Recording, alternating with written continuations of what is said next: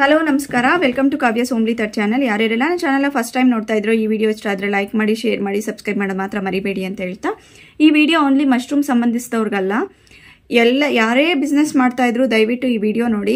ಯಾಕೆಂದರೆ ತುಂಬ ಜನಕ್ಕೆ ಇದು ಹೆಲ್ಪ್ ಆಗುತ್ತೆ ಅನ್ಕೊತೀನಿ.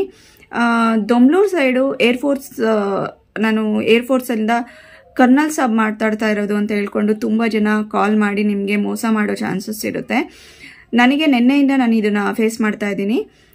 ಇದನ್ನು ನಾನು ಇಲ್ಲಿ ಹೇಳೋದಕ್ಕೆ ತುಂಬ ರೀಸನ್ಸ್ ಇದೆ. ವಿಡಿಯೋ ಪೂರ್ತಿ ನೋಡಿದ್ರೆ ನಿಮಗೆ ರೆಕಾರ್ಡಿಂಗು, ಫೋಟೋ, ಅವರ ID ಕಾರ್ಡಿಂದ ಹಿಡಿದು ನಂಬರ್ಸಿಂದ ಹಿಡಿದು ಪ್ರತಿಯೊಂದು ಹಾಕಿದ್ದೀನಿ.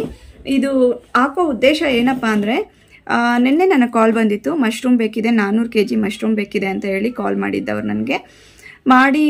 ಅವರು ನನ್ನ ಹತ್ರ ಮಾತಾಡ್ತಾ ಇರೋವಾಗ ನಾನು ಫಸ್ಟಲ್ಲಿ 400 kg ಅಂದರೆ ತುಂಬ ದೊಡ್ಡ ಆರ್ಡರು. ಯಾಕಂದ್ರೆ ನಾನು ಆಲ್ರೆಡಿ ಬಿಸ್ನೆಸ್ಸಲ್ಲಿ, ಈ ಮಶ್ರೂಮ್ ಬಿಸ್ನೆಸ್ಸಲ್ಲಿ ಇರೋದ್ರಿಂದ ಓಕೆ ತೊಗೊಂಡು ಇದನ್ನು ನೆಕ್ಸ್ಟ್ ಲೆವೆಲ್ಗೆ ತೊಗೊಂಡು ಹೋಗ್ಬೋದು ಅಂತ ಹೇಳಿದ್ರೆ, ಅವರು ಏರ್ಫೋರ್ಸು ಕರ್ನಲ್ ಸಾಬ್ ಅಂತ ಹೇಳಿ ಮಾತಾಡಿದಾಗ ಎವ್ರಿ ವೀಕು ನಮಗೆ 400 kgs ಬೇಕು, ಅಂದರೆ ತಿಂಗಳಲ್ಲಿ 4 ಸಲ ಬೇಕು. ಇದು ನನ್ನ ದೊಮ್ಲೂರು ಏರ್ಫೋರ್ಸ್ಗೆ ಸರಿಯಾಗಿ ನೀವು ಕ್ವಾಲಿಟಿ ಮಶ್ರೂಮ್ ಕೊಟ್ಟರೆ ನೆಕ್ಸ್ಟು ನಾನು ಬೇರೆ 4 ಕಡೆ ಇರೋ ಏರ್ಫೋರ್ಸ್ಗೂ ನಾನು ನಿಮ್ಮದು ನಂಬರ್ನ ರೆಫರ್ ಮಾಡ್ತೀನಿ ಅಂತ ಹೇಳಿದರು. ಹೇಳಿದ ತಕ್ಷಣ ನಾನು ಓಕೆ, ಒಳ್ಳೆ ಬಿಸ್ನೆಸ್ ಸಿಕ್ಕಿದೆ ಅಂತಲೇ ಯಾರಿಗಾದ್ರೂ ಥಿಂಕ್ ಬರೋ ರೀತಿನೇ ನನಗೂ ಬಂತು. ಅದನ್ನು ಮುಂದಕ್ಕೆ ತೊಗೊಳೋದಕ್ಕೋಸ್ಕರ ನಿನ್ನೆ ಮಾತಾಡ್ತಾ ಅವ್ರ ಹತ್ರ ID ಕಾರ್ಡ್ ಕಳಿಸಿದ್ರು. ನಂಬೋ ಹಂಗೆ ಎಲ್ಲ ID ಕಾರ್ಡು, ಪ್ಯಾನ್ ಕಾರ್ಡು ಅವ್ರದ್ದು ಎಲ್ಲ ಕಳಿಸಿದ್ರು. ಅವ್ರದ್ದು ಪ್ರೊಫೈಲ್, ವಾಟ್ಸಪ್ ಪ್ರೊಫೈಲಲ್ಲಿ ಏರ್ಫೋರ್ಸ್ ಅವ್ರದ್ದು ಇತ್ತು. ನಾರ್ಮಲಿ ನಾನು ಯಾವುದೇ ಬಂದ್ರೂ ನಿಮಗೆ ತುಂಬ ಜನ ನನ್ನ ಕಾಂಟ್ಯಾಕ್ಟ್ ಮಾಡಿರ್ತೀರಾ, ನಿಮಗೆ ಗೊತ್ತಿರುತ್ತೆ. ದುಡ್ಡು ಕಳ್ಕೊಳೋ ಮನುಷ್ಯರಲ್ಲ ನಾನು. 1 kg ಸ್ಪಾನ್ ಕೇಳಿದ್ರು ನಾನು ದುಡ್ಡು ಹಾಕ್ಸ್ಕೊಂಡೇ ಕಳಿಸ್ತೀನಿ ನಿಮಗೆಲ್ಲ. ಇದು ತುಂಬ ದೊಡ್ಡ ಆರ್ಡ್ರ್ ಅಲ್ಲ. ಸೊ ನಾನೇನಂದರೆ ಇದು ಹೆಂಗೆ ನಾನು ಹೊಂದಿಸೋದು, ಮಾರ್ಕೆಟಿಂಗ್ ಮಾಡೋದು ಅನ್ನೋದ್ರ ಬಗ್ಗೆ ತುಂಬ ಯೋಚನೆ ಮಾಡಿದೆ. ಈ ದುಡ್ಡು ಕಾಸು ಇವೆಲ್ಲ ನಾನು ಯೋಚನೆ ಮಾಡಲಿಲ್ಲ ಫಸ್ಟು. ಈ ಒಂದ್ಸಕ್ಕೆ ಎಲ್ಲರನ್ನೂ ಕಾಂಟ್ಯಾಕ್ಟ್ ಮಾಡ್ತಾ ಅವರು ID ಕಾರ್ಡ್ ಎಲ್ಲ ಕಳಿಸಿದ್ರಲ್ಲ. ಸೊ ಎಲ್ಲ ನಾನೇನು ಓಪನ್ ಆಗಿ ಮುಚ್ಚಿಟ್ಕೊಂಡೇನು ಮಾತಾಡಲ್ಲ. ಸೊ ಹಿಂಗೆ ನನ್ನ ಪ್ರಮೋದ್ ಸರ್ ಅಂತ ಇರೋದ್ರಲ್ಲ, ಅವ್ರಿಗೆ ಹೇಳಿದೆ ಈ ಥರ ಬಂದಿದೆ ಒಂದು ಆಫರು, ಕೊಟೇಶನ್ ಎಲ್ಲ ಕೇಳಿದ್ದಾರೆ ಅಂತೆಲ್ಲ. ಆವಾಗ ಅವ್ರು ಹೇಳಿದ್ರು, ಮೇಡಮ್ ಹಂಗೆ ತೊಗೊಳಲ್ವಲ್ಲ ಹಂಗೆಲ್ಲ ಹೇಳ್ತಾ ಅವರು ಓಕೆ ನಾನು ಕೊಟೇಶನ್ ಎಲ್ಲ ಅರೇಂಜ್ ಮಾಡ್ತೀನಿ ಬಿಡಿ ಅಂತ ಹೇಳಿಟ್ರು. ಹಂಗೆ ಜಸ್ಟ್ ಲಿಂಕ್ ಓಪನ್ ಮಾಡಿದೆ. ಅವ್ರು ಕಳಿಸಿದ್ದು ದೊಮ್ಲೂರ್ದು ಲೊಕೇಶನ್ ಏನು ಕಳಿಸಿದ್ರು ಅದು ಲಿಂಕ್ ಓಪನ್ ಮಾಡಿದೆ ಏರ್ಫೋರ್ಸ್ದು. ಫೋನಲ್ಲಿ ಕಾಲಲ್ಲಿ ಡಿಸ್ಟ್ರಿಬ್ಯೂಟರ್ ಹತ್ರ ಕಾಂಟ್ಯಾಕ್ಟ್ ಮಾತಾಡ್ತಾನೆ ರಿವ್ಯೂಸ್ ಓದಕ್ಕೆ ಸ್ಟಾರ್ಟ್ ಮಾಡಿದೆ. ಅಲ್ಲಿ ಬರ್ದಿತ್ತು, ದುಡ್ಡು ಇಸ್ಕೊತಾರೆ, ಮೋಸ ಮಾಡ್ತಾರೆ, ತುಂಬ ಜನ ಫ್ರಾಡ್ಸ್ ಇದ್ದಾರೆ, ಅದು ಇದು ಮಾರ್ಕೆಟಿಂಗ್ಗೆ ನಮ್ಮ ಹತ್ರ ಮೆಟೀರಿಯಲ್ಸ್ ತರಿಸ್ಕೊಂಡಿದ್ದಾರೆ, ಈ ಥರ ಎಲ್ಲ ತುಂಬ ಮೆಸೇಜಸ್ನ ನಾನು ಓದಕ್ಕೆ ಸ್ಟಾರ್ಟ್ ಮಾಡಿದೆ. ಬಟ್ ಇಲ್ಲಿ ಕಾಲಲ್ಲಿ ಇರೋವಾಗ ಇಲ್ಲಿ ಜಾಸ್ತಿ ಡಿಸ್ಟರ್ಬೆನ್ಸ್ ಆಗೋಯ್ತು.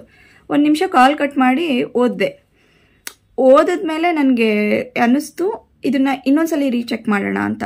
ನಾನು ಆವಾಗಲೇ ನಾನು ಡಿಸ್ಟ್ರಿಬ್ಯೂಟರ್ ಹತ್ರ ಮಾತಾಡಿದ್ರೆ, ಆ ಡಿಸ್ಟ್ರಿಬ್ಯೂಟರ್ ಹೇಳಿದ್ರು ನಂಗೆ 10,000 ರೂಪೀಸ್ ಅಡ್ವಾನ್ಸ್ ಪೇ ಮಾಡಿ ನಾಳೆಗೆ ನಾನು ಕಳಿಸ್ತೀನಿ ಮಶ್ರೂಮ್ನ ಅಂತ. ಸೊ ನಾನು ಓಕೆ ಕಳಿಸ್ತೀನಿ. ಅವರು ಕರ್ನಲ್ ಈ ಥರ ಹೇಳ್ತಾ ಇದ್ದಾರಲ್ಲ ಏರ್ಫೋರ್ಸ್ ಅಂತ, ಅವ್ರ ಹತ್ರ ಹೆಂಗೆ ಕೇಳೋಕ್ಕಾಗುತ್ತೆ, ನಾನೇ ಪೇ ಮಾಡಿಬಿಡೋಣ ಕ್ಯಾಶ್ನ.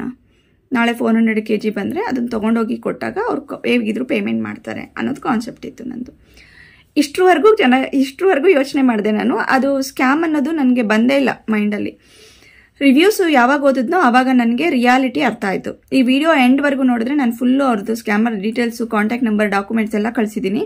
ಓನ್ಲಿ ಮಶ್ರೂಮ್ ರಿಲೇಟೆಡ್ ಎಲ್ಲ ಮಾಡ್ತಾ ಇರೋದು ಇವರು. ನನಗೆ ಹೇಗೆ ಗೊತ್ತಾಯಿತು ಅಂದರೆ, ಇವತ್ತು ನಿನ್ನೆ ಹಂಗಾಯಿತು. ಅದ್ರ ಬಗ್ಗೆ ನಾನು ಕ್ರಾಸ್ ಚೆಕ್ ಮಾಡೋಕ್ಕೆ ನಾನು ಹೇಳಿದೆ.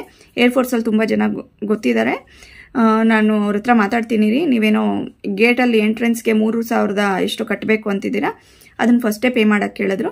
ಸರಿ ಮಾತಾಡ್ತೀನಿ ರೀ ನಾನು ಅವ್ರಿಗೆ ಫೋನ್ ಮಾಡಿ ಅಂದಿದ ತಕ್ಷಣ, ಇರಿ 1 ನಿಮಿಷ ಹಂಗೆ ಇರಿ, ಲೈನಲ್ಲಿ ಕಾನ್ಫರೆನ್ಸ್ ಆಗ್ತೀನಿ ಅಂದ ತಕ್ಷಣ ಪಟ್ಟಂತ ಕಟ್ ಮಾಡಿದ್ರು ಅವರು. ಸೊ ಕ್ರಾಸ್ ಚೆಕ್ ಮಾಡೋವಾಗ ನನಗೆ ಫ್ರಾಡ್ ಅಂತ ಗೊತ್ತಾಯಿತು. ಅಲ್ಲಿಗೆ ಸ್ಟಾಪ್ ಆಯಿತು. ಆದರೆ ನನ್ನ ಮೈಂಡಲ್ಲೆಲ್ಲ ನೆನ್ನೆ ಅದೇ ಇತ್ತು, ಎಂಥ ಒಂದು ದೊಡ್ಡ ಫ್ರಾಡ್ಗೆ ಸಿಕ್ಕಾಕೊಂಡ್ಬಿಡ್ತಿದ್ನಲ್ಲ ಅಂತ. ಅದು ಎಂಟಾಗಿ ಇವತ್ತು ಬಂದಮೇಲೆ, ಇವತ್ತು 2-3 ನಂಬರಿಂದ, ಡಿಫ್ರೆಂಟ್ ನಂಬರಿಂದ ಅದೇ ಪ್ರೊಫೈಲು ನಾನು ಏನದು ಸುಹೇಲ್ ಸಾಬ್ ಅಂತ, ಸಾಹಿಲ್ ಅಂತ, ಮತ್ತು ಇನ್ನೊಂದೇನೋ ಹೆಸರು ಮರ್ತೋಗಿದೆ ನಂಗೆ. ತುಂಬ ಕಾಲ್ಸ್ ಬರ್ತಾ ಇದೆ. ಸೊ ನಾನು ಅದರಲ್ಲಿ ವಾಯ್ಸ್ ರೆಕಾರ್ಡ್ ಮಾಡಿಕೊಂಡೆ. ಇವೆಲ್ಲ ಮಾಡಿ ನಾನು ಇಲ್ಲಿ ಯಾಕೆ ಬಿಡ್ತಾ ಇದ್ದೀನಿ, ಯಾಕೆ ನಾನು ಕಂಪ್ಲೇಂಟ್ ಯಾಕೆ ಮಾಡಿಲ್ಲ ಅಂದರೆ, ಬೆಳಗ್ಗೆಯಿಂದ ನಾನು ಸೈಬರ್ ಕ್ರೈಮಲ್ಲಿ ಹೆಂಗೆ ಅಪ್ಲೋಡ್ ಮಾಡೋದು ಅಂತ ಚೆಕ್ ಮಾಡಿದೆ.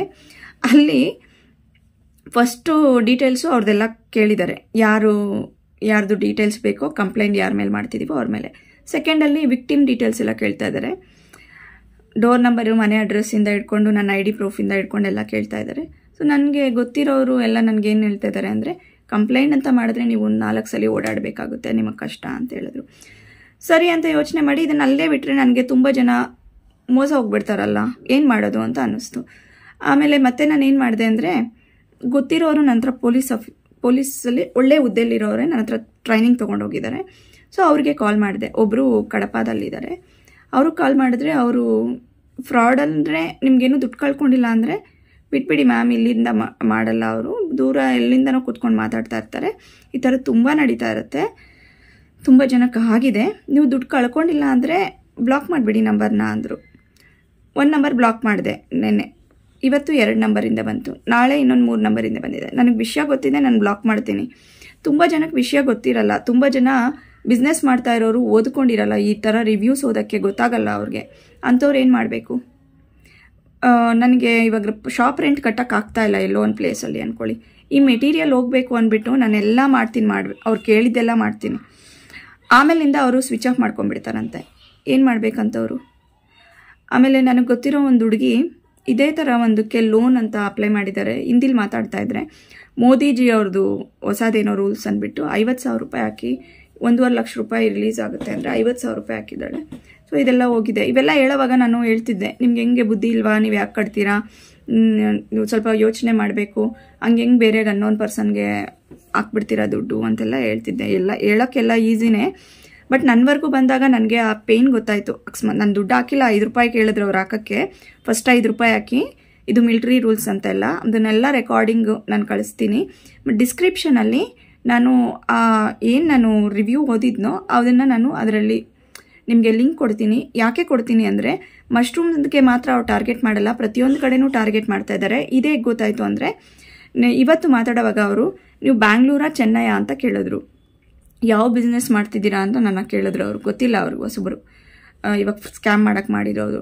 ಸೊ ಹಿಂಗೆ ಅವರು ಯಾವ ಊರವ್ರನ್ನೂ ಬಿಡ್ತಾ ಇಲ್ಲ, ಯಾವುದು ಬಿಸ್ನೆಸ್ ಅವ್ರನ್ನೂ ಬಿಡ್ತಾ ಇಲ್ಲ. ನಂದೇನೋ ನಾನಿವಾಗ ತಪ್ಪಿಸ್ಕೊಂಡೆ, ಸ್ವಲ್ಪ ಲಾಸ್ಟ್ ಮಿನಿಟಲ್ಲೇನೋ ದೇವ್ರು ನನ್ನ ಕಾಪಾಡ್ದ. ಪ್ರತಿಯೊಬ್ಬರಿಗೂ ಹಂಗೆ ಆಗಬೇಕು ಅಂತಿಲ್ಲ, ಯಾಕೆಂದರೆ ರಿವ್ಯೂಸ್ ಬರೆದಿರೋರೆಲ್ಲ ಮೆಟೀರಿಯಲ್ಸ್ ಕಳ್ಕೊಂಡಿರೋರೆ.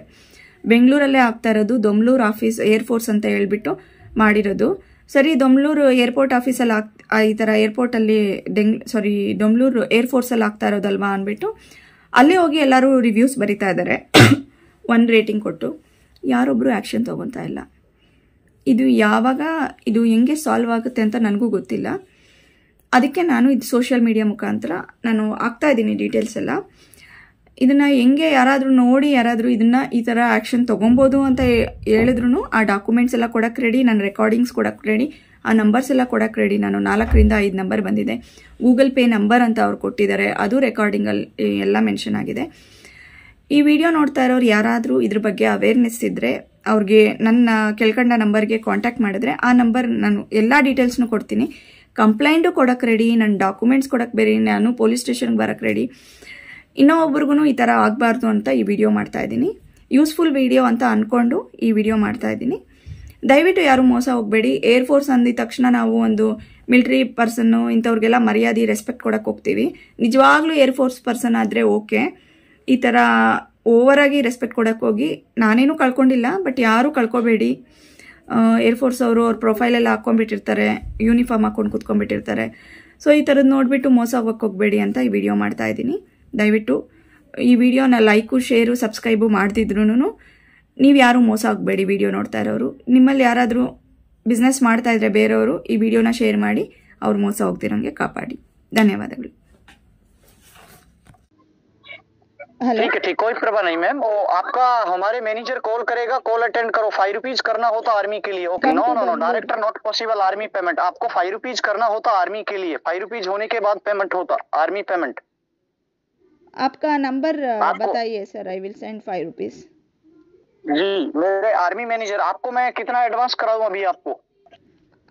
ओके, आपका नंबर सर, गूगल पे नंबर चाहिए। वो हमारे आर्मी मैनेजर देगा डिटेल आपको। हमारे आर्मी मैनेजर कॉल करेगा, कॉल अटेंड कर लेना। कुलदीप सिंह। ओके, कुलदीप सिंह। आपका नाम सर? आपका नाम? मेरा नाम साहिल कुमार, हमारे army manager Kuldeep Singh. Okay, वहाँ आईडी प्रूफ भी डाल देता, परवाह नहीं। Okay ma'am. Major Kuldeep Singh from Indian army, accountant manager ma'am. Yes ma'am, Domlur army camp. Okay. Okay, ma'am. I know this is Army Defense account, ma'am. Okay. Okay. First of all, you can transfer in defense account 5 rupees, ma'am. You can transfer in defense account 5 rupees, ma'am. Share me your defense accounts number, sir. Open the GPay application. Please open the GPay application. I will note it my number. 84866 84 866 866 53 53 218. 218. Yes, ma'am. Please do not call cut me, ma'am. This call recorded in my army headquarters, ma'am.